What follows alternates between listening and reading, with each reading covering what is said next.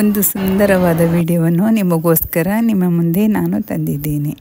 ಇವತ್ತಿನ ವಿಡಿಯೋದಲ್ಲಿ ಇದೆಲ್ಲವನ್ನು ನಾನು ನಿಮಗೋಸ್ಕರ ತೋರಿಸಲಿದ್ದೇನೆ.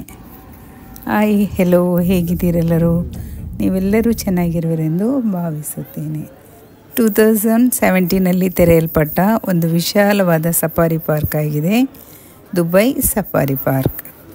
ಇದು 119 ಎಕರೆ ಪ್ರದೇಶದಲ್ಲಿ ಹರಡಿಕೊಂಡಿದ್ದು ಏಷ್ಯನ್ ಕಡುಬು ಪ್ರಾಣಿಗಳ ಸಂಗ್ರಹಣೆಯ ಜೊತೆ ಹಲವಾರು ಪ್ರಾಣಿಗಳ ರೀತಿಗಳ ವೀಕ್ಷಿಸಲು ಅವಕಾಶ ಕಲ್ಪಿಸುತ್ತದೆ. ಇಲ್ಲಿ ಜೀವಜಾತಿ ಸಂರಕ್ಷಣೆಗೆ ಹೆಚ್ಚಿನ ಗಮನ ನೀಡಲಾಗುತ್ತದೆ ಹಾಗೂ ಪ್ರವಾಸಿಗರು ಹಲವು ರೀತಿಯ ಪರಿಸರ ಶಿಕ್ಷಣ ಪಡೆಯುತ್ತಾರೆ. ಮಾಡರ್ನ್ ಟೆಕ್ನಾಲಜಿಯೊಂದಿಗೆ ವಿಶಿಷ್ಟವಾಗಿ ರೂಪಿಸಲಾದ ವಾಹನಗಳಲ್ಲಿ ಹೈಟೆಕ್ ಸವಾರಿ ಮಾಡಬಹುದು. ಈ ಪಾರ್ಕ್ನಲ್ಲಿ ಏಷ್ಯನ್ ಹಾಗೂ ಮಧ್ಯಪ್ರಾಚ್ಯ ಪ್ರಾಣಿಗಳ ಜೊತೆ ಸಸ್ಯ ಪದಾರ್ಥ ಹಾಗೂ ವನ್ಯಜೀವಿಗಳ ವೀಕ್ಷಣೆಯನ್ನು ಪಡೆಯಬಹುದು. ಈ ಪಾರ್ಕ್ನ ಅನುಭವವನ್ನು ಆಧುನಿಕ ಟೆಕ್ನಾಲಜಿಯೊಂದಿಗೆ ವಿಶಿಷ್ಟವಾಗಿ ರೂಪಿಸಲಾಗಿದೆ.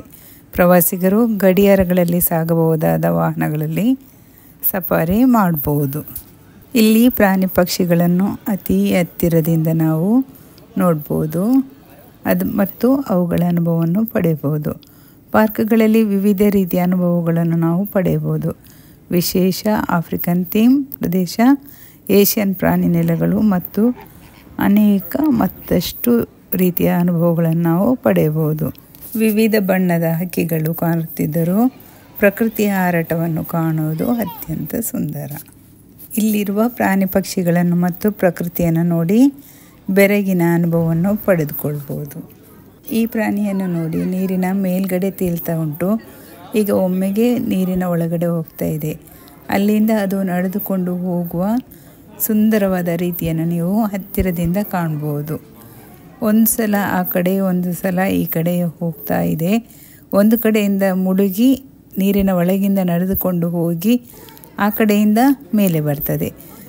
ಇಂಥ ಅನುಭವವನ್ನು ನೀವು ಇಲ್ಲಿ ಮಾತ್ರ ಪಡೆಯಬಹುದು. ಬೇರೆ ಕಡೆ ಈ ಅನುಭವ ನಿಮಗೆ ಸಿಗಲಿಕ್ಕಿಲ್ಲ. ಇದು 119 ಹೆಕ್ಟೇರ್ ಪ್ರದೇಶದಲ್ಲಿ ಹರಡಿದ 200ಕ್ಕಿಂತಲೂ ಹೆಚ್ಚು ಪ್ರಾಣಿ ಪ್ರಭೇದಗಳನ್ನು ಹೊಂದಿರುವ ಒಂದು ಅಪೂರ್ವವಾದ ಸ್ಥಳ. ಪ್ರತಿ ಮೂಲೆಗೂ ಬಿಳಿ ಹುಲಿ, ಜಿರಾಫೆ, ಅದೇ ರೀತಿ ಎಷ್ಟೊಂದು ಥರದ ಪಕ್ಷಿಗಳನ್ನು ನೀವು ಸುಂದರವಾದ ಪಕ್ಷಿಗಳನ್ನು ಇಲ್ಲಿ ನೀವು ಕಾಣಬಹುದು. ಇಲ್ಲಿ ಪ್ರಾಣಿ ಪಕ್ಷಿಗಳನ್ನು ನೋಡುವ ಅನುಭವ ಒಂದು ಕಡೆಯಾದರೆ, ಇಲ್ಲಿ ಒಳಗೆ ರೆಡಿ ಮಾಡಿರುವಂಥ ಪಾರ್ಕನ್ನು ನೋಡೋದು ಅದು ಇನ್ನೊಂದು ಅನುಭವ. ಇಲ್ಲಿ ಜೀವಜಾತಿ ಸಂರಕ್ಷಣೆಗೆ ಹೆಚ್ಚಿನ ಗಮನ ನೀಡಲಾಗುತ್ತದೆ. ಅವುಗಳಿಗೆ ಸಮಯಕ್ಕೆ ಸರಿಯಾಗಿ ಆಹಾರ, ನೀರನ್ನು ನೀಡಲಾಗುತ್ತದೆ. ಎಷ್ಟೊಂದು ತರಹದ ಪ್ರಾಣಿಗಳನ್ನು ನೀವು ಇಲ್ಲಿ ಅತಿ ಹತ್ತಿರದಿಂದ ನೋಡ್ಬೋದು. ಸಿಂಹಗಳ ಓಡಾಟ, ಅವುಗಳ ಒಡನಾಟ, ಅವುಗಳು ಒಂದಕ್ಕೊಂದು ಆಚೆ ಈಚೆ ಆಡಿಕೊಂಡು ಇರುವುದನ್ನು ನಾವಿಲ್ಲಿ ಅತಿ ಹತ್ತಿರದಿಂದ ನೋಡಿ ಅದಂತೂ ನಮಗೆ ತುಂಬ ರೋಮಾಂಚನಕಾರಿ ಅನುಭವ ಅಂತಲೇ ಹೇಳ್ಬೋದು. ಈ ರೀತಿ ಸಿಂಹಗಳನ್ನು ನಾನು ಇಷ್ಟು ಹತ್ತಿರದಿಂದ ಯಾವತ್ತೂ ನೋಡಿರಲಿಕ್ಕಿಲ್ಲ. ಅಷ್ಟೊಂದು ಹತ್ತಿರದಿಂದ ನಮಗೆ ಇಷ್ಟೊಂದು ಸಿಂಹಗಳನ್ನು ನಾವು ನೋಡಲಿಕ್ಕೆ ಸಿಗಿತು.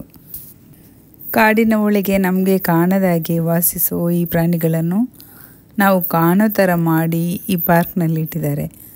ಅದಕ್ಕೋಸ್ಕರ ನಾವು ಎಷ್ಟೊಂದು ಧನ್ಯವಾದಗಳನ್ನು ಹೇಳಿದರೂ ಸಾಕಾಗಲಿಕ್ಕಿಲ್ಲ.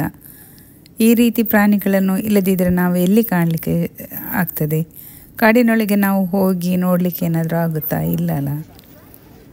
ಈ ರೀತಿ ಪಾರ್ಕ್ ಒಳಗೆ ಇರೋದರಿಂದ ನಾವು ಹೋಗಿ ನೋಡಲಿಕ್ಕೆ ಆಗ್ತದೆ. ಅವುಗಳ ಅನುಭವಗಳನ್ನು ನಿಮ್ಮ ಜೊತೆ, ಎಲ್ಲರ ಜೊತೆ ಹಂಚಿಕೊಳ್ಳಲು ನಮಗೆ ಇಷ್ಟ ಆಗುತ್ತೆ.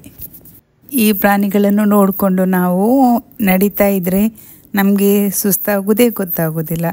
ಆದರೆ ಒಂದು ದಿವಸದಲ್ಲಿ ಇದೆಲ್ಲವನ್ನು ನೋಡಿ ಮುಗಿಸಲಿಕ್ಕೆ ಸಾಧ್ಯ ಇಲ್ಲ. ಕೆಲವರಿಗೆ ನಡಿಲಿಕ್ಕೆ ಇಷ್ಟ ಇರೋದಿಲ್ಲ. ಕೆಲವರಿಗೆ ಒಂದೇ ದಿವಸದಲ್ಲಿ ಎಲ್ಲ ಪಾರ್ಕನ್ನು ನೋಡಿ ಮುಗಿಸಬೇಕು. ಅಂಥವರು ಸವಾರಿಗಳನ್ನು ಪಡ್ಕೊಳ್ಬೋದು.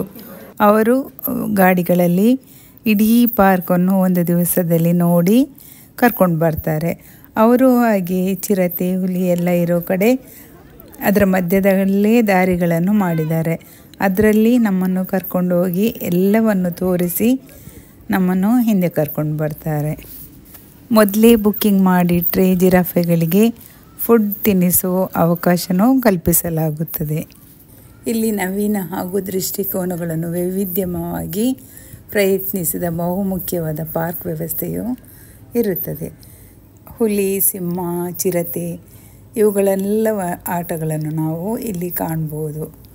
ಇದು ಪ್ರವಾಸಿಗರಿಗೆ ಮನೋಜ್ಞ ಸಫಾರಿ ಅನುಭವವನ್ನು ನೀಡುವಲ್ಲಿ ಮಹತ್ವಪೂರ್ಣ ಸ್ಥಾನವನ್ನು ನೀಡುವ ಸಫಾರಿ ಪಾರ್ಕ್ ಆಗಿದೆ. ನೀವು ನಿಮ್ಮ ಕುಟುಂಬದೊಂದಿಗೆ ಬಂದು ಇಲ್ಲಿ ಸಂತೋಷವಾಗಿ ಕಾಲ ಕಳೆಯಬಹುದು.